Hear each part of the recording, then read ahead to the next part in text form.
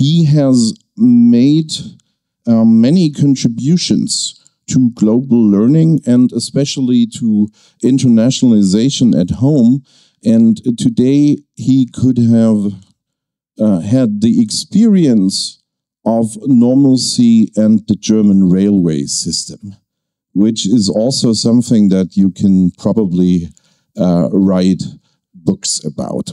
Jos is a member of the thematic committee on research into internationalization at the European Association for International Education. Today, he is going to talk about the concept of normality in regard to Dutch culture. So you wrote in the little blurb a very interesting sentence that Dutch parents tell their children, act normal, that is already strange enough. And he will also talk about the internationalization of education in terms of normality, where we as educators, and I quote, actively seek the engagement with other countries, cultures, and disciplines to intentionally disturb our sense of normality and remain alert and critical to what happens at home and abroad. Join me in welcoming Professor Dr. Jos Velen.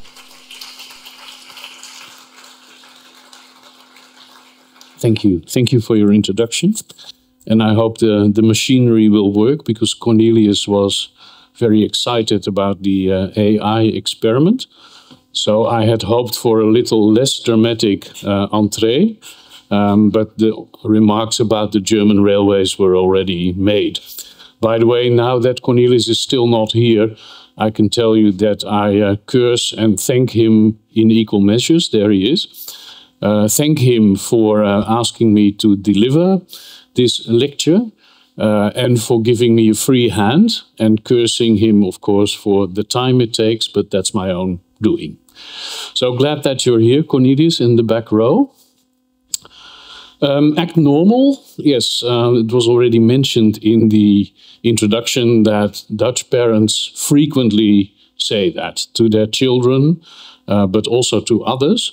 And there was even a case a few years ago in which the leader of the right-wing party, you may know his peroxide hair, said to the prime minister, "Doe normaal."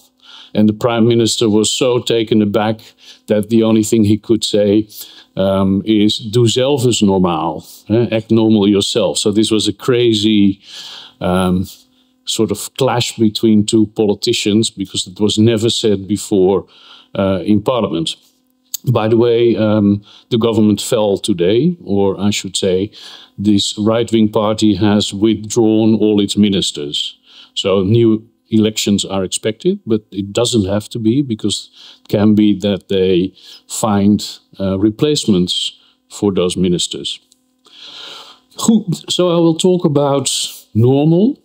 When I was preparing this lecture, I came to the conclusion that normalcy or normality is a very individual concept.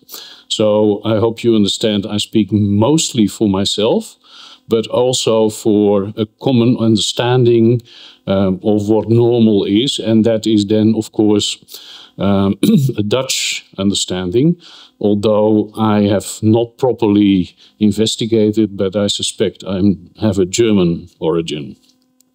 So I have slides to show to you, many slides. I think it's 38 or 39, so if you want to know how long you'll be here, just count the slides and you know that your suffering will come to an end at one point. So normalcy, otherness, which is an accepted term, I didn't make that one up, and the why of internationalization in higher education. And internationalization of higher education And I'm sure that some of you have heard Nico this morning, who will have challenged the concept of internationalization, I suspect, because it's a very contested term. Some people understand it as sending students abroad. Others may understand it as recruiting students for money. Others look first at the curriculum. If you go to a company, they may understand internationalization as simply export. So it is a very complex term, and we actually add to the complexity ourselves. We are our own worst enemies, because we come up with terms as intelligent internationalization, and nearly every week new terms are invented. Some of them are nonsense, others are very meaningful, such as critical internationalization, and so that we look beyond the easy effects of making money and sending students all across the world, while on the other hand, we are trying to conserve the environment. So I could actually fill a whole evening with discussing concepts with the word internationalization in that, but I'm not going to do it. But for you who may think first of mobility of students going abroad or students from abroad coming here, you have the same association as the great majority of people. And I'd like to question that a bit later on. Am I going back? Yeah. A disclaimer as well. The right to embrace and offend. And embrace in Dutch, the word is schuren. So that's what sandpaper does, or sand does on your skin. And what is being said is, we have the right to embrace or offend. And of course there will be consequences, but there will be a judge who has a professional opinion about that. But we should not, and that is for me a key trait of democracy, every time that someone is offended about something, red hair or long skirts or whatever, give the right to offend away. And so there is a check and a balance, but that is the judge, the legal system that provides that check. We also have quite a few ways of making fun of Germans. And of course, we have that with the Belgians as well, but with the Germans it's a little bit more serious, because you are a big neighbor, and you always see that big neighbors catch more flack than smaller countries that are considered not so dangerous or threatening. So we have a comedy, sort of comedy, with a serious undertone by a group of men called Jiskevet. And Jiskevet is Frisian for trash can, so the trash cans that you feel in the street. Frisian, by the way, is a recognized language. So the Netherlands has 2 official languages, and that's Dutch and Frisian. And the people in Limburg, which is this appendix that we're always trying to sell to Belgium or Germany, they are very jealous because they speak a dialect and they also want to have a recognized language. And Jiskevet has made a sketch, they've made many sketches about Germans and German culture, and this is probably the most famous one, the Wiedergutmachungsschnitzel. This is Wolfgang and Günther, who liked being in the Netherlands between 1940 and 1945 and decided to stay. And they come on television and complain about if they go to the beach with their little tank, that always someone is writing on it. And then they said, but we bear no ill will to the Dutch, so we're going to prepare for you the Wiedergutmachungsschnitzel. And they do that on television. So that's so well known in the Netherlands that everyone uses that word. Also, this is a Ringvorlesung, and at the University of Vienna, it's called a Kamingespräch. and they translated that in chimney talk. And that made me very uncomfortable. So I asked them not to use that term. So a few questions I asked myself while preparing. So this is Cornelius's doing. Is it normal for Dutch people to speak English in Germany? I see it increasingly, particularly in the field of internationalization, where English is really the lingua franca. But it's also done when there are no people there who would not require English. So I could probably, with a bit of practice, speak German with you, because you learned it in school, but we just don't practice it. And that's really, really a pity, I think. Was my grandfather less Dutch than I am? Well, if it's true that I have German roots, and there is a little village in Westphalia with my family name, so that's possible, then my grandfather was a lot closer to that origin than I. But my grandfather was also much more French-oriented and German-oriented. He spoke both languages pretty well, but hardly any English. And so the fact that the Netherlands is so focused on English as a language is really something from after 1945. And before that, it was much more multilingual. And we are about to lose that, which is, I think, losing one of the quintessential aspects of the Netherlands. And being in the crossroads of so many cultural currents, we were always multilingual. And now it is, I think, getting poorer culturally by only having English with a heavy US influence. But that is really, relatively speaking, recent. So the Netherlands in education first scores 75, which is the highest of any country where English is not the native language. So that's really very high.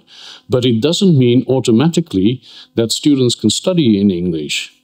And so we think that their English is quite good, and it is, but it is what we call camping English, favorite music, etc., which has gained maybe more importance if we look at virtual exchange or collaborative online international learning, where you see that students do not only want to talk about the subject, but also want to have small talk, but they can't have it around the corner in the corridor or in a coffee shop or whatever. So they have it online. So it's good that they have this, let's say, conversational English, but you see that in many cases they can't just study in English like that because they do not have the terminology, and they only have the spare time English.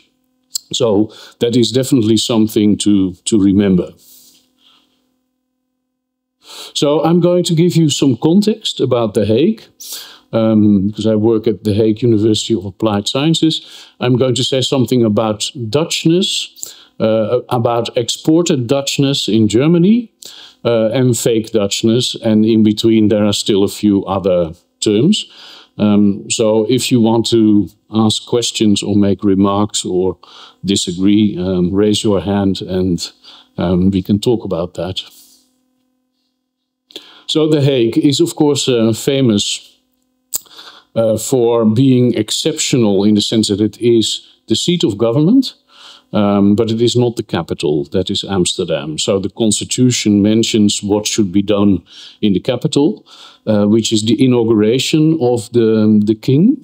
It doesn't mention a queen, but we've had several, but the constitution just says king. And there is an inauguration, no coronation. And so the crown is not worn, it's just there on a pillow. And by the way, we are so careful with money that the actual crown, because it's not worn, is made from gilded wood. And why spend money on something that you don't wear? So this is the original residence of the Counts of Holland. And I'm not going to discuss with you what the difference is between Holland and the Netherlands. There are many YouTube movies about it, but this was the Counts of Holland. And later their complex became the parliament, and it's the oldest location of any parliament in the world. It's currently being rebuilt, and I think the original 2 billion in the cost has now risen to 6. So we are poor planners, or any big project is simply unplannable. I don't know. If you would look, and you can't see it, or maybe just the yellow building behind this little island, where every winter people get caught because they skate to the island. And since we don't have winters anymore, that's not wise to do. So every winter there are people who can't get off that little island anymore. The building at the end is the famous Mauritshuis. And you will know at least one of the paintings there. So the girl with the pearl. The others are just as famous in the Netherlands. They're really iconic. So the Bull by Potter on the right, and the Goldfinch, which is a very small painting like this, but definitely of the highest possible quality. And the reason why we have so many of those Dutch masters is that already in the 17th century it was a tradition to have paintings in your house. We know that from inventories. And if you had a small painting, then you counted. You had a painting. Like we had the West Indies and the East Indies companies, and everyone could buy shares in those. And so the first share-owned companies. So we know from inventories and wills that lots of people had all kinds of paintings in their houses. And these are, of course, the top quality. What you also see in The Hague is Huis ten Bosch. And that's the current residence of the king. I think the House of Orange is rather popular with some people in Germany, maybe because they're almost exclusively German anyway. The current queen is from Argentina, so that was a bit of other blood. And this goes back to the 17th century when the House of Orange tried to become kings and queens like their contemporaries, but it wouldn't work. Because there was a system in which each of the provinces had a so-called stadhouder, so someone who held the cities, and they could send them home again if they didn't need them anymore. So only in times of war would the House of Orange actually get that power, and the citizens, particularly in the west of the country, would be very quick to retake those powers after any war situation, because they were afraid, and with good reason, that the House of Orange wanted to become royal permanently, and they didn't let that. So the House of Orange came up with maybe alternatives to delude itself slightly. The Oranjezaal, which is a painted hall with a dome, and it's painted everywhere with all kinds of glorious scenes of the House of Orange in action. So that was their wishful thinking. And in the end, they did become kings and queens, but not of the Netherlands. So that was a strange twist of fate. So this is the Oranjezaal. And you would finally find a kingdom in England, because the then stadhouder was married to the daughter of the English king. And when he died, there was the Glorious Revolution, and they took over England as king and queen. So that was never the intention, but at least they arrived amid the other royals in Europe, and the Low Countries remained a republic, which was what they actually preferred and what also worked quite well. So you see this same hall in the top right. This is where in 1899 the first peace conference was held. Instigated by Berta von Suttner from Austro-Hungary, and she died after this peace conference in 1914, which actually meant that the initiatives for peace were not all that successful. She also instigated the building of the Peace Palace, and that was also finished in 1914. That was in a way slightly successful because the Netherlands remained neutral in the First War, but in general, the peace conferences did not ensure peace for very long. So we also have the United Nations International Criminal Court, and that's probably well known, and there is now also a call in the current situation to have a third peace conference. And the Russians have already announced that if it would come that far that Putin would be in The Hague, that they would bombard The Hague. So if you take that seriously, it's not a very safe place.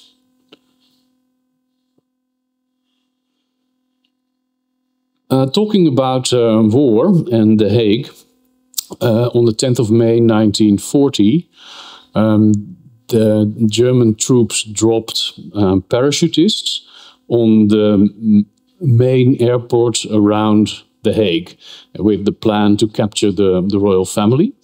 And they made one serious mistake, and that was with the recent construction of those airports. So they were, of course, grass. They looked finished from the air, from the sky. So they dropped the parachutists, they occupied the airport, and then they sent the heavy transport planes in, who all got stuck in the mud because the Netherlands is so low and the water level is so high that you need at least a year to pump all the water out of such locations. So the first plane got stuck in the mud, in the grass. The second ran into it, and took a while before they finally noticed that this was not going to be very successful. And it gave the royal family the time to get away to London. It did something else as well. When they cleared away the mess after 1945, they found that the traces of the Roman border, the Roman limes, had actually been exposed by this bombing. So that was a sort of lucky coincidence. And ever since then, they have been excavating these Roman fortresses that have no stone. We hardly have stone in the Netherlands. So the only thing you find is where wooden poles have been, and then the wood has completely disappeared. But the places where the wood was have a slightly different color than the other soil. So you can reconstruct the buildings that were there. And then the border continues on the one side to the North Sea and the other side to Leiden.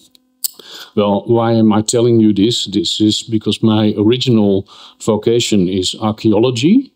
And I worked in this Valkenburg for a year, but that was only an alternative because some other ambitious plans didn't work out. This was even before Erasmus, so you didn't know for sure that you could actually study where you wanted to.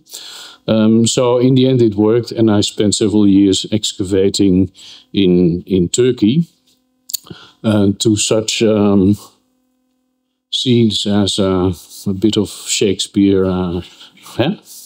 We had the skulls anyway, so why not?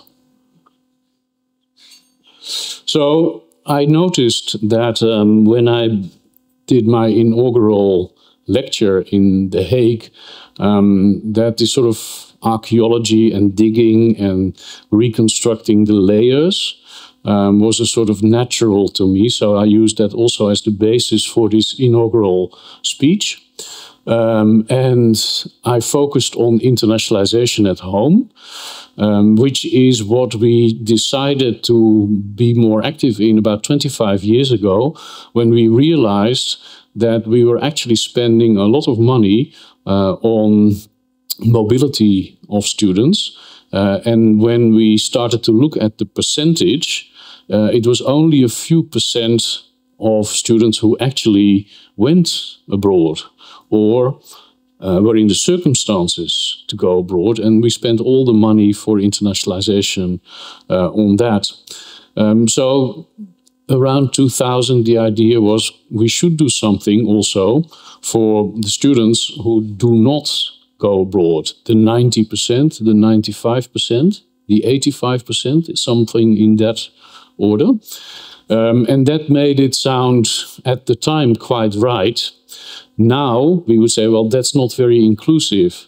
And we're saying 85% of the students apparently are in need of an alternative. Why don't we flip this? Why don't we say 100% of our students get international perspectives in their home curriculum? And if after that they want to study abroad, all the better. But let's not make 85% of the students a sort of needy for an alternative. That's a very strange thing to do.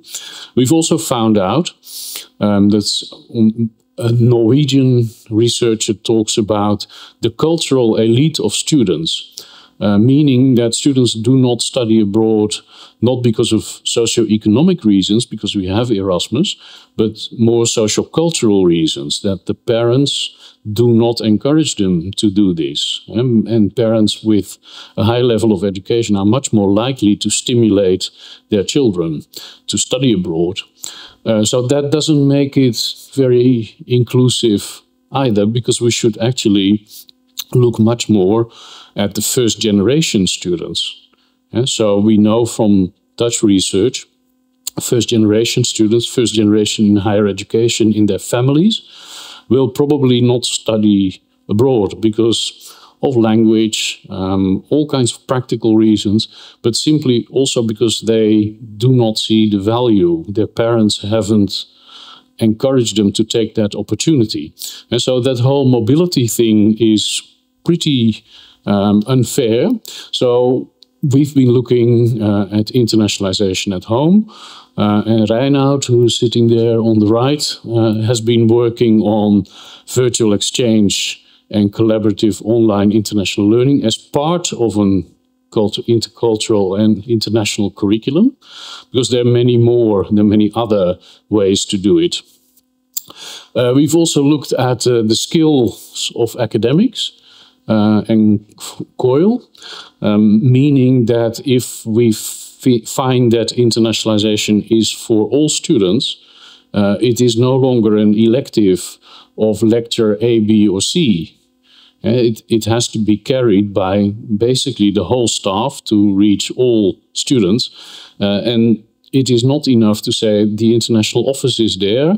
If you want to internationalize, that means that you will go abroad and there they will internationalize you, and we don't care because we will be far away. So this is really a shift also in the way we think about organizations. So the academics are now the key players in internationalization, and it is no longer the international office solely, although the international office still has very important other tasks. But internationalizing teaching and learning cannot be a task of the international office. Critical internationalization, I think I mentioned it. This is happening since about 20 years, 15 years in Canada. So if you Google the Critical Internationalization Network, you find a lot of their approaches there. And the Critical Internationalization Network is important, but it's also critiqued again itself. And so the Canadian concept of critical internationalization is very Western, of course. And in the meantime, they still continue to recruit international students for money. And so it is critiquing critical internationalization. And critical internationalization is also identifying the global knowledge economy as a very hard and revenue-focused way of practicing internationalization, focused on rankings and CVs, etc. And we now see that the University of Utrecht, in the top 100 of the world, said we step out of the rankings. We are more than rankings. We are just not papers, counting papers. And we, as a university, we stand for different things. So they've been very brave and stepped out. So in my inaugural lecture, I also made a connection with psychoanalysis. And this is because of Freud. Sigmund Freud said, psychoanalysis is like archaeology of the mind. You are dusting off all those layers, trying to get to the core of the issue. And so you keep digging just until you, in archaeology, you hit the bedrock. Well, there can't be any human activity in solid rock. And Freud, well, you can see his desk. He used a lot of classical imagery. Oedipus, the Sphinx, etc., etc. And you also see on the left Heinrich Schliemann, who assumed that a particular place with a little stream and two trees was Troy. And what I was trying to prove at that point is that internationalization is actually also a sort of new discipline, and that we should approach the data collection and the analysis a little bit differently than what we did. Because what you do, if as an archaeologist you are digging, and the moment you find objects, you start interpreting right away. So actually, if you draw a parallel with research, particularly qualitative research, you should not conduct the interviews yourself and then also analyze them. And because you start interpreting as soon as someone says something. So it's better in archaeology to have one person dig up and the other interpret. Okay, intercultural communication. And how internationalization is more than intercultural communication, but it is an essential part of it. Does anyone recognize this scene? Because it was intercultural communication that kills. Yeah, Inglourious Bastard with the 3 fingers. Yeah. So in many cases, people stress that internationalization of intercultural communication is important, but we should not make the mistake that it is exactly the same as internationalization. So my first association with Normaal, I felt myself going back to my youth, when this was a very popular TV series. Actually, it was made for grown-ups, I think. Reinoud, you may know it as well, Rembo and Rembo. And this is a man who is always looking with a telescope for things that are not normal. And then he gives comments. And so he would say, that woman is washing her car in a bikini. That's not normal. And so he's trying to find abnormal situations for himself that he can then get excited about. And so it's a bit of self-torture, you could almost say. But the scenes are very famous. So everyone in the Netherlands of a certain generation knows them. What is also not normal for me, I was in the US last week, what they do to croissants there. So on the left, you see a plate. The left has a croissant, and that has been cut open and toasted. And why would you do that to a croissant? And so what came out was very dry. And completely unacceptable in France. I mean, it would be criminal. So I also had to think about a martyr, Saint Lawrence, who was killed in the same way. And so he was toasted. So if you see St. Lawrence, then he always has a barbecue grill toast thing. And then he is the patron saint of Rotterdam. And the only thing left standing after the bombardment in 1940 of the inner city of Rotterdam was St. Lawrence's Church. So I thought this is, well, very coincidental.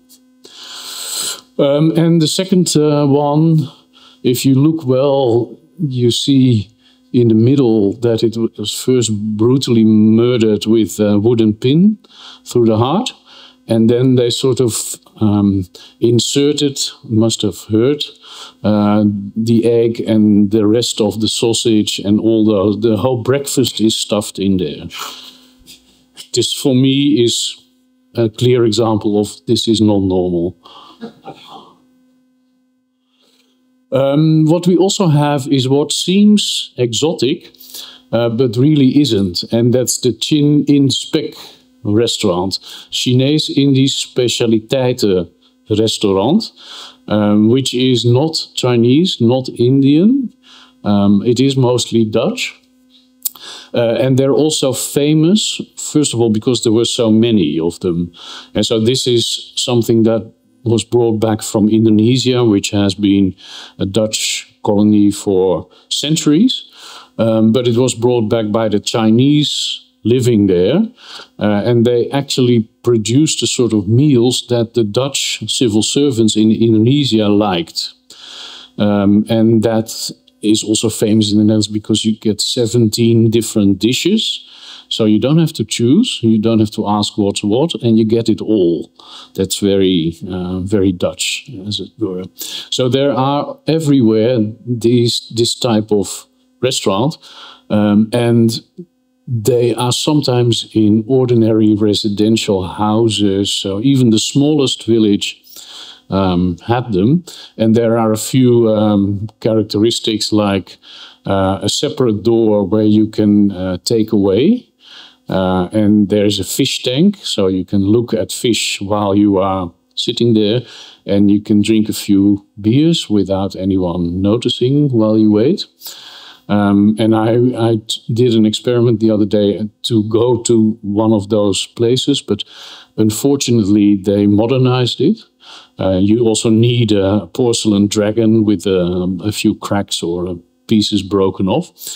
So this was not a good experience, but at the last moment I noticed that they had a flat screen with fish swimming around instead of the... So if you're in the Netherlands, please pay attention because it's a disappearing phenomenon. So this is from a catalogue of all those restaurants. And the ones, the compartments that are empty have disappeared in the past 3 years. And so it is really quickly disappearing. So if you want a Dutch experience, and of course relatively cheap, then you can do this. And for the people who are very nostalgic, at the back of the book, you find all the restaurants that disappeared, the photos, and you can cut them and paste them back.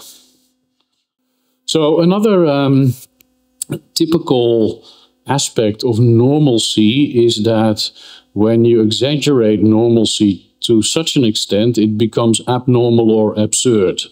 So this is originally a Flemish television series called Man bijt hond. And so there is the reversal already, man bites dog. And they go around and they visit houses where people have exaggerated hobbies or whatever. So very interesting types.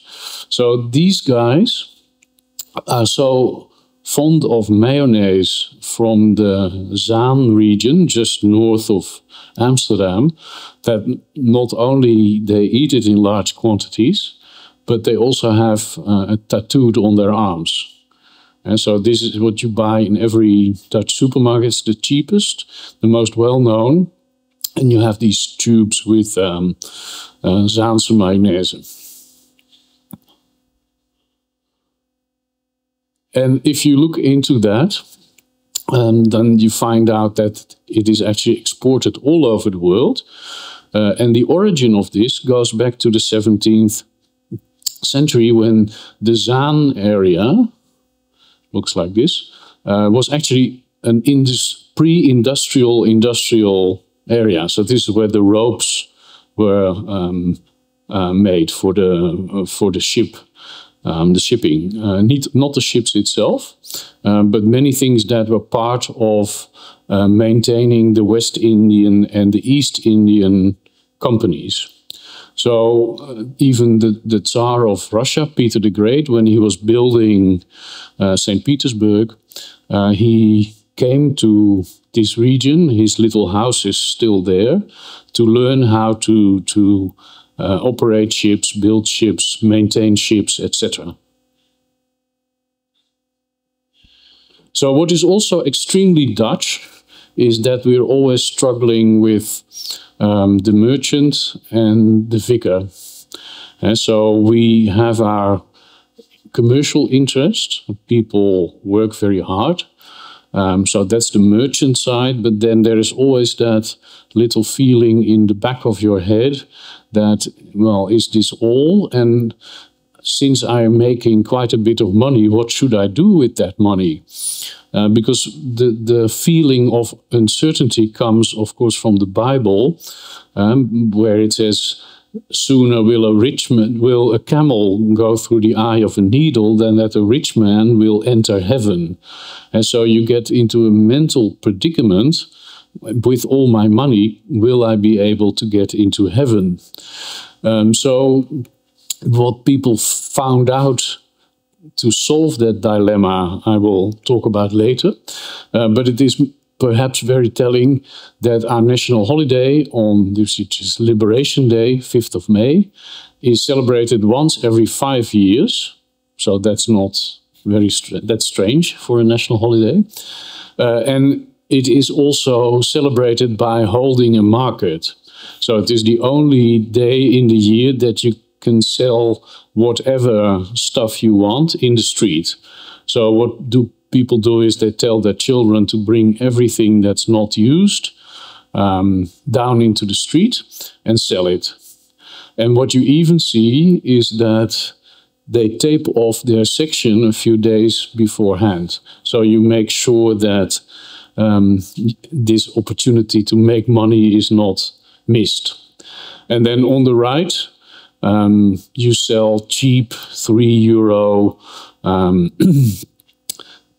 orange things for around your neck. And this is I only saw Brazilians who sold them. So there's nothing Dutch about it.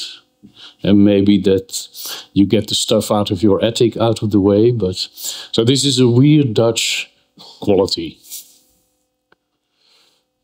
So some of these deep-seated beliefs and the embarrassment of riches is the basic. This is an explanation by Simon Schama, who also wrote a whole number of books on European culture. And I always admire these people, because not only have they learned Dutch, but they also have learned 17th century Dutch to read those documents. So what he says is the people on the outside wear black and look quite simple. If you would look at them at another time, or in reality, they would wear silks and all those things. So this is also, in public, they would seem very Calvinist and simple, but if you look inside their houses, you would see French silks. There would be really palaces, but on the outside, you have to sort of have appearances, keep appearances up. I'm sure if you've been to the Netherlands, you have noticed that we leave our curtains open. And that's what a lot of people remark on. Nobody knows why. There is one reason that says, well, we have nothing to hide. And so Catholics have things to hide. But Protestants, after we defeated the Spanish in the 17th century, of course, those Catholics, but we We have nothing to hide, so we leave the curtains open. Another school says it's so that people can admire your fantastic IKEA interior.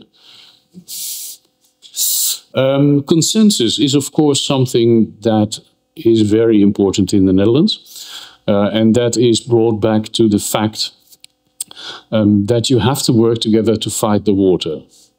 And so if your Catholic neighbor refuses to work with you in maintaining the dike, you will both drown. And so the consensus idea is said to come from there. And we also have very elaborate courthouses for water disputes. And so those have existed since the Middle Ages. And the normal courthouses are much simpler than the courthouses for the water disputes, because those really mattered. And so in the whole west of the country is a polder, meaning you put a dam around a certain wet area and you build windmills around, and over a period of time you pull all the water out. The area where Amsterdam Airport is the same story. It used to be a lake, but this was done in the 19th century by steam engines. But most of those areas, the polders, go back to the 17th century. Yet another typical Dutch trait is a second chance. So if you get convicted of whatever crime, you are, of course, convicted, but you do get a chance to get out of prison. You can work in prison and you can build up a little pot of savings so that you can go back into society. And that was in the 17th century also pretty unusual. So people came from far and wide to look at how that system works. Pompen of verzuipen, that's also what Simon Schama explains, is pumping or drowning. So the ultimate sentence would be that you would be put in a cellar with a pump, and they would slowly fill the cellar with water. And if you didn't want to pump, then you didn't deserve to live and you would drown. And this is an expression that we still use today. I think the practice doesn't exist anymore, but it's still, when you have to make a choice, you do this or that, pompen of verzuipen. That's more or less on the same level of act normal. And so your parents would say, well, what do you want? You can make a choice, pompen of verzuipen. Presumed simplicity, so that's the black cloth, but underneath it's all silk, etc. And dolls' houses, you may have seen them in the National Museum. So they used to think that they were owned by grown-up women who were a bit senile or childish. But later on they realized it is to display the silver miniatures. And so it is not to play with, but it is showing off how many silver miniatures you have. And if you go to any antiquities auction in the Netherlands, there will still be hundreds and hundreds of those miniatures. So that's also a hobby, collecting those, that has existed for hundreds of years. So we have also exported our Dutchness. In the first cases, in 1641, we were invited to do this by Japan. And the Netherlands were the only nation allowed to trade with Japan. So the Japanese kept it on a very tight control. It's, of course, ironic that the rest of the work of the West and East India companies was certainly not voluntary and not at the request of those who, let's say, hosted. But there is a moment when the trading instinct turns into a colonization instinct, and that also involves slavery, etc. We are demystifying that. There is a slavery monument, there is a colonial museum, etc., etc. So we are struggling with that history at this moment, and that will for a while continue. But one demystifying thing is that while there were these fantastic stories of adventures and dragons and East Indies and to get the pepper and the nutmeg in, the vast majority of the trade was simply with the Baltic region in timber and grain, etc. And so it all existed, the adventures and the grandeur. But it was of a much smaller scale than has always been assumed. And yeah, the German Empire, according to Blackadder, it consists of a small sausage factory in Tanganyika. There is, of course, in the discussion of about decolonization, as we have it in higher education, I imagine quite a different approach, because we've had those colonies for hundreds of years. And if you talk about the German case, many people say they were a bit late. So there are different historical reasons, but maybe what you recognize is that people feel rather uncomfortable with the word decolonization. Students want to talk more about diversity and inclusion, maybe. That sounds a bit more innocent. But I think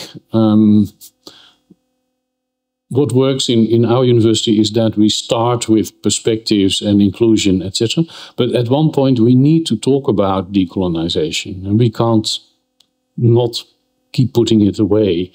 But if you approach people a little bit too harshly, the discussion will not take place, and people will react like, well, what do you mean? Do you mean that I'm a colonial? And so that is an abrasive discussion, let's call it that. I'll show you this picture again. This is an artificial island. So that was the colony of Dejima in Japan. And I think that's what the Dutch also still export, the engineering to build, for example, in Dubai, etc., this sort of project, because half of the Netherlands is built on artificial islands.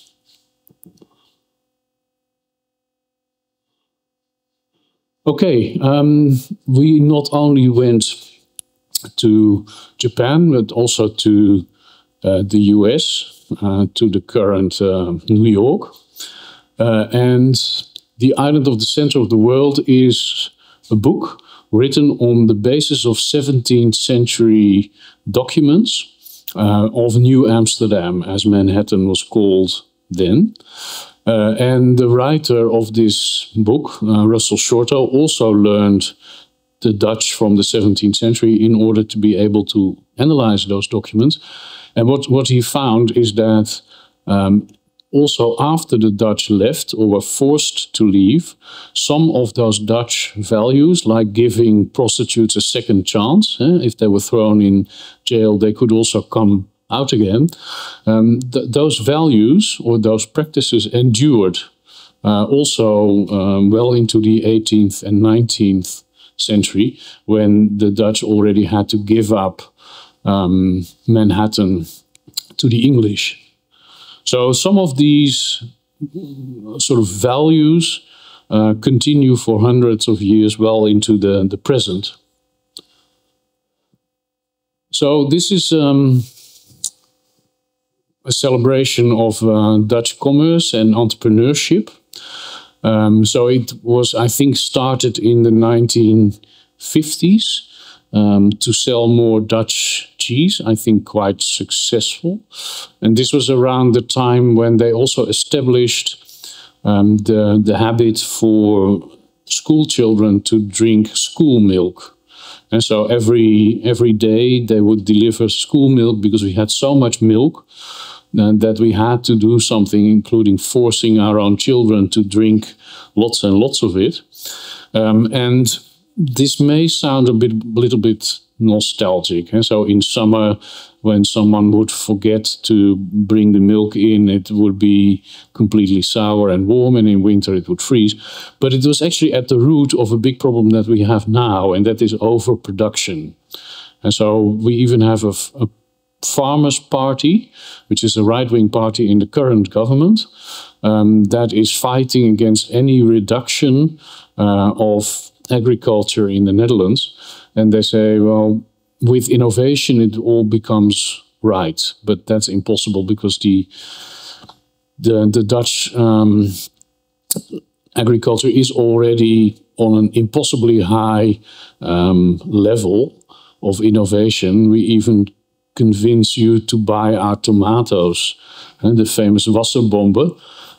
So this is a Norway street. So that dates back from the 70s already, is unsustainable, and only now do we see that this has to change.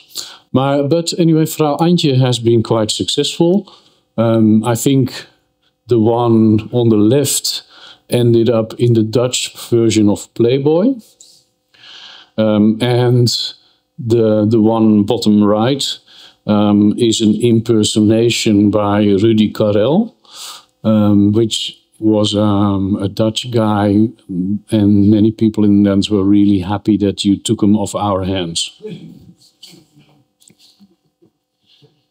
So, Dutchness in Germany. Who was the best ever male Dutch singer working in Germany? And of course, all answers are wrong. So I'm sure that there are many people in the audience who've never heard of either of these. And those of you who heard of these, do you have an opinion?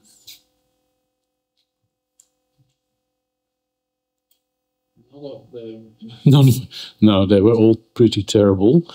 But maybe a good opportunity to say something about them. So Johannes Heesters was a Dutch operetta singer who went to Germany in the 30s, and he stayed there. And there are quite a few questions about his sympathy with the regime at the time. Heintje Simons was a sort of child star.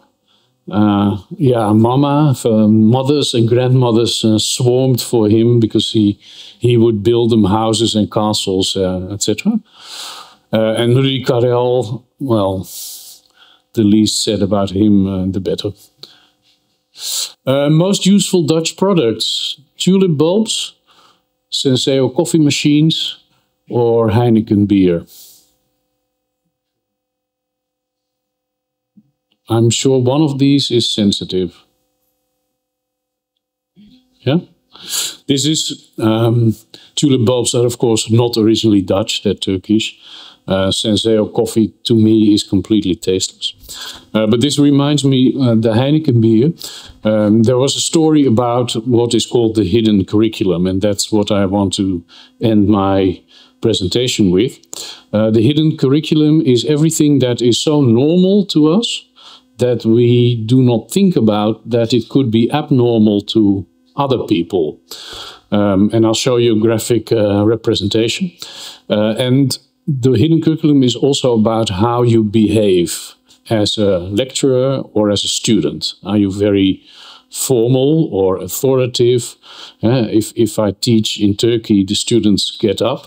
If I enter the room, I love that, but I won't get my own students to do that.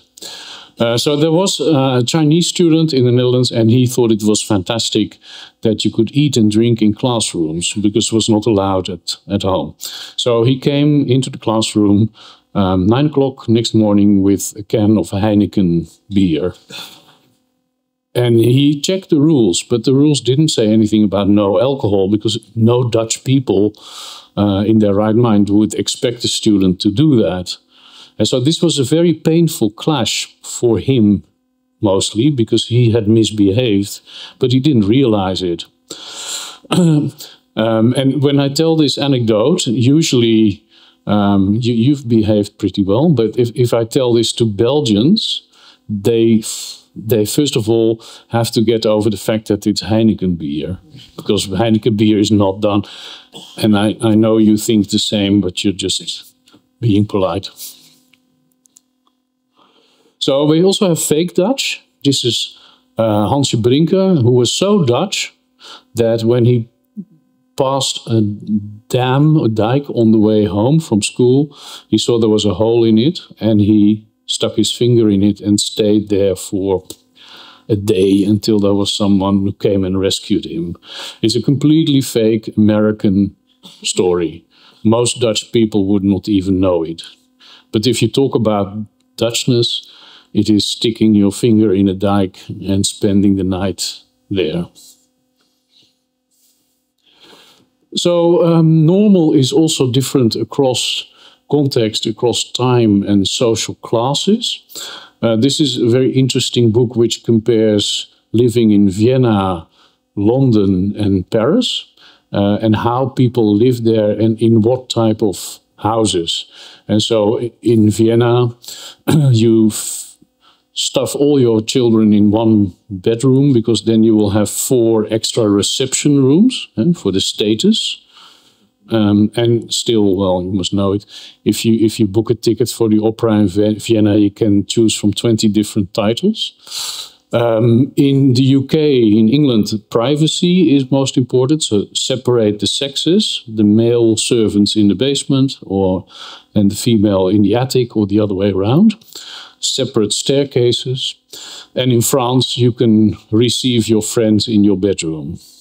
And so this is a very interesting way of values and how people live. The watercolor there is Vienna with the Hofburg, the imperial palace in the background. A watercolor by Richard Moser, who was a contemporary of a certain other watercolor artist, who sometimes watercolors turn up with this same view, claiming to be aquarelled by Adolf Hitler, because he was working in Vienna at this same time, more or less. And then if I think about Richard Moser, you see the Hofburg in the distance. This is the same Hofburg, so Commissaris Rex. It can't all be coincidence. So in the Netherlands, bikes are a status symbol. So people who will do away their car but buy a very expensive bike, we admire those people because they're good Dutch people. And they have a shared car around the corner. But we now have the question of fat bikes who've become really dangerous, and the speed has to be limited, but you can adjust them yourself. And there is a discussion going on about whether you should be, well, it's forbidden, but it's also certain immigrants who all have fat bikes and, well, the criminality, and that's the current discussion going on.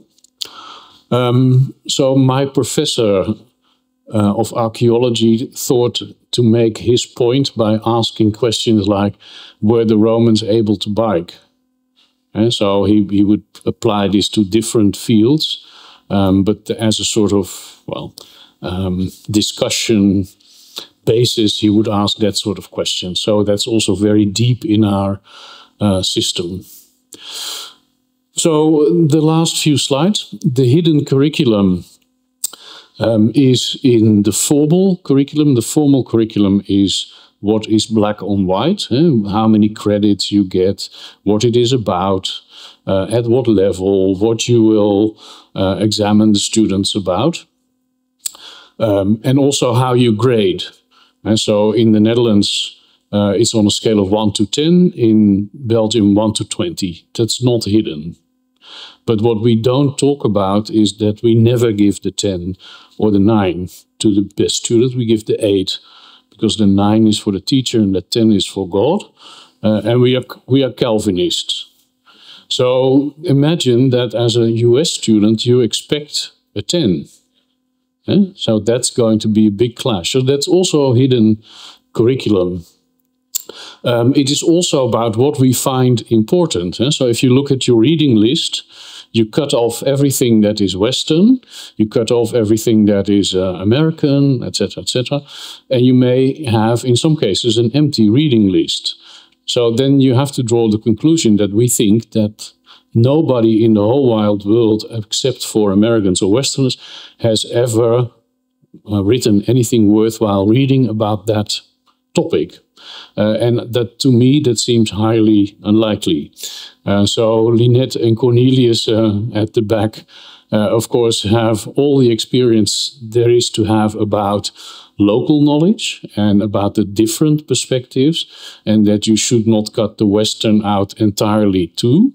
But you should find a balance in perspectives, pluriform perspectives, that teach your students that you can think about these aspects in different ways, and that may also question what you think is normal or automatic, rather.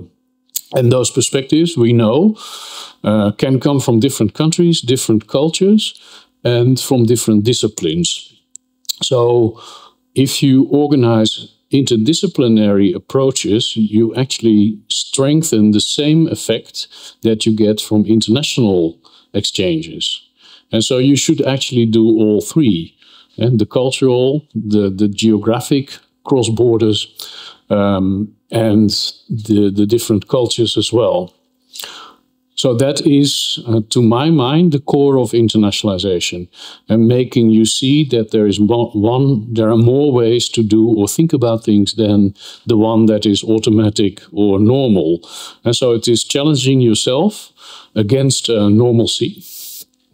You may think that this is an iceberg, but it's actually a plastic bag.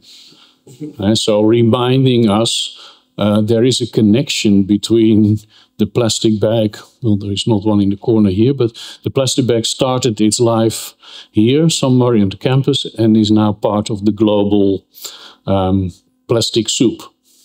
So that's also an aspect of internationalization. And things do not always work out in the same way in all locations. What I believe in for internationalization is that if it is internationalized, not international. Internationalized means it can be even German in the language that it uses, but the perspectives are international in culture, etc. I believe that such education is better, higher quality.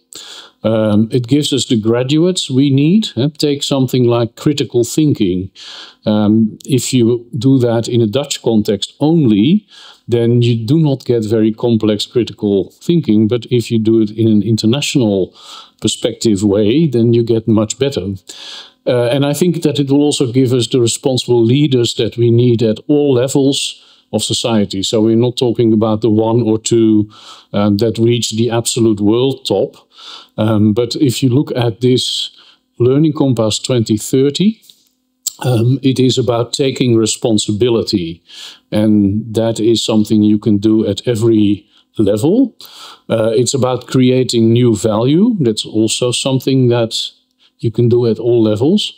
And reconciling tensions and dilemmas. That's not new, but I think it is achieving a sort of new urgency in these times. And don't forget that even the European Union defines responsible internationalization now as responsible dealing with your nation's interest and data and etc. In the past, we would think of society, responsible to society. Now it's getting really harsh. So they want you to think about employability, the safety of your data, and who can get to your data.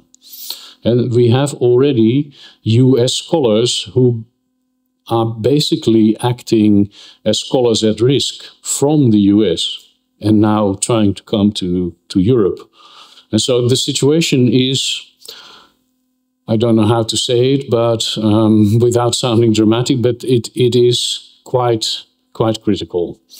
And I was in Brussels a few weeks ago, and the European Commission was a little bit too comforting and saying, don't forget to go out this weekend, the sun is shining, and there was a little bit too much of that. So that was a bit alarming.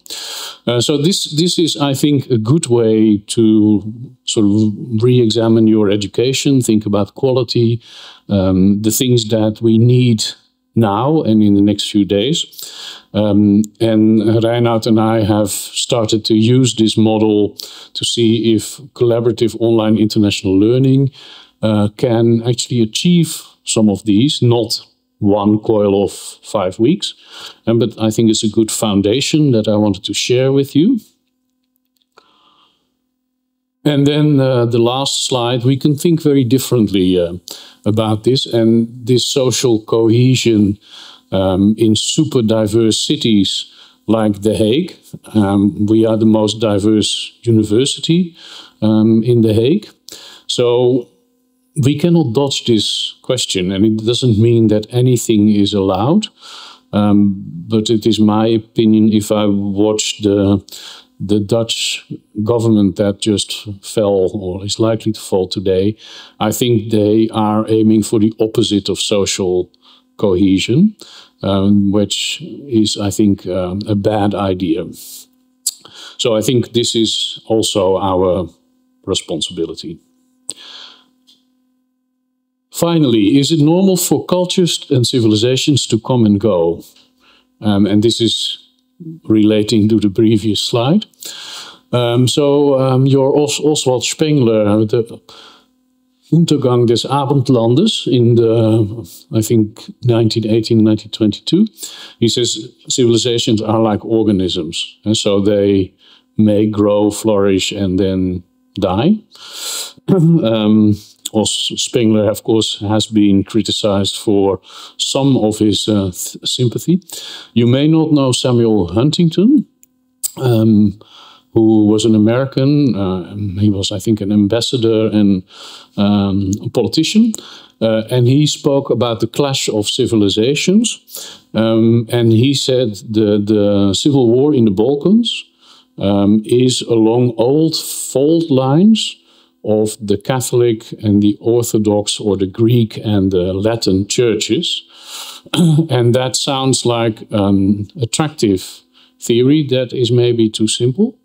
But I think if you re-examine Huntington in the current frame and you look at the Eastern Church and the values attached, I think it's worthwhile to indeed have a look again at Huntington's theory. That was it from me.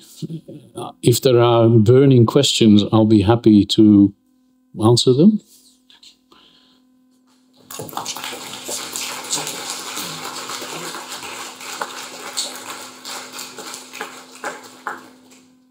So how did it work with the AI? It was a bit too much to see it, but did it sound, or did the AI produce something that more or less matched my words? Oh, okay. Well, I guess there was some things that sounded rather odd, but when we tested the whole thing, there were many times it said Hitler. So we were really very cautious about that, but I guess you really said Hitler. Yes, okay. I think once. I think I got away with it. Yeah. Thank you very much, Jos. We have run a little late, but there would be 2 or 3 questions possible still in the next 5 to 10 minutes. So, questions, remarks, additions. Maybe people are too happy. Yes. There is Claudia. No, we need it for the video. So hello everybody. Hi, thank you for your speech. It was very interesting. My question would be maybe 3 things that really changed in the Dutch culture in the last 200 years, if there are any. Thank you. In the last 200 years, so that would be, let's say, roughly 19th, 20th century. I think what changed is that we got a constitution, but that's not unique for the Netherlands, because in 1848 every country in Europe got a new constitution. There was no fight, because the king just said, okay, you can have your new constitution. What made it quite different from other countries, I think, is that with this new liberal constitution, the Catholics got the same rights as the Protestants, because since the late 16th century, during the war with Spain, the Catholics were not allowed to have new churches that were visible on the outside as a church. So they could worship, but in so-called house churches. And if you have the opportunity to go to Amsterdam, in the middle of the red light district, there is this house church. The reason why it is in the red light district is because that was the area where all the convents and monasteries were, and they were no longer needed because Amsterdam became Protestant. So I think what was exceptional in the Dutch situation is that the emancipation of the Catholics started in the middle of the 19th century. I don't know if you've ever left Amsterdam Central Station, which is, by the way, on an artificial island like Deshima in Japan. You see a monstrous but very big neo-Baroque Catholic church. So that is the Catholics saying, we are still here. A second, I won't mention a third, but the second one is that the Belgians in 1830 made an unwise decision to revolt and separate themselves, which was very unfortunate for us, because the coal mines were all in the south and the industry was all in the south. So the Netherlands didn't have any industry at all anymore. So that's why the Industrial Revolution in the north was very late, later than anywhere else. So may I leave it at these two? Okay. More questions? Yes. Thank you for your presentation. You have a very good sense of humor. Your last slide just reminded me that my mom always says that everything has an expiry date, even human beings. Yes, that's maybe a very practical application of Spengler's theory. So my question would be, we have, I study biology and ecology from a mathematical point of view, and we always have that ecosystems whatever happens to Earth, it can restore its natural form every 200,000 years or something like that. So I would want to know how much time, let's say in average, does it take for civilization to grow and go?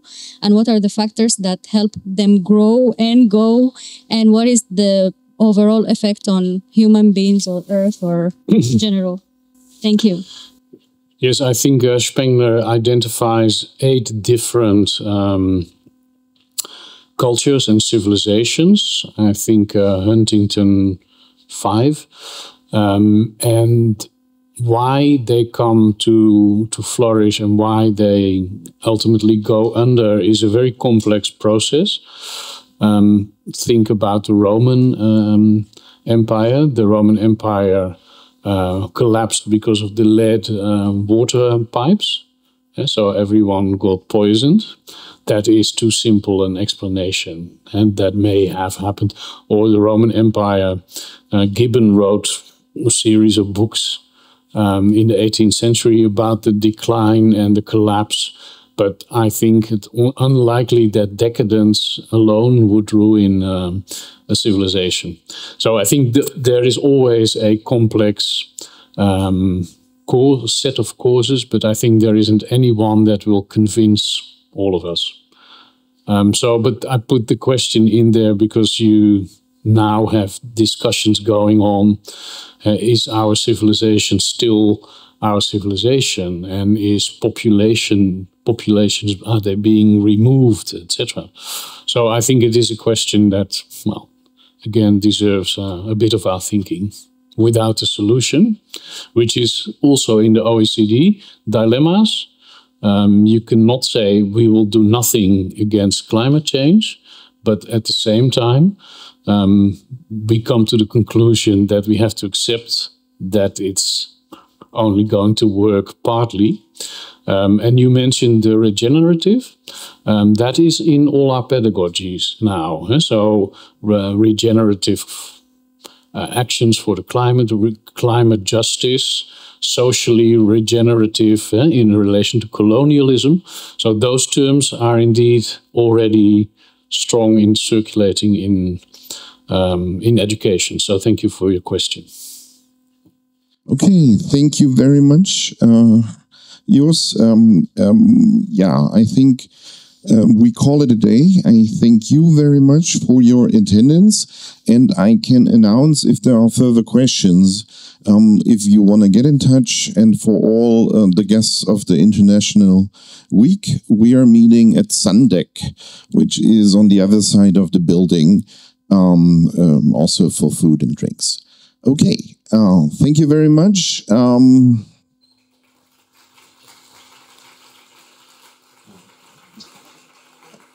Be sure to be here for all the students and the people, the citizens from Mittweida. Be here for the final part of the lecture series then in 3 weeks' time. See you there. Thank you very much. Have a nice evening.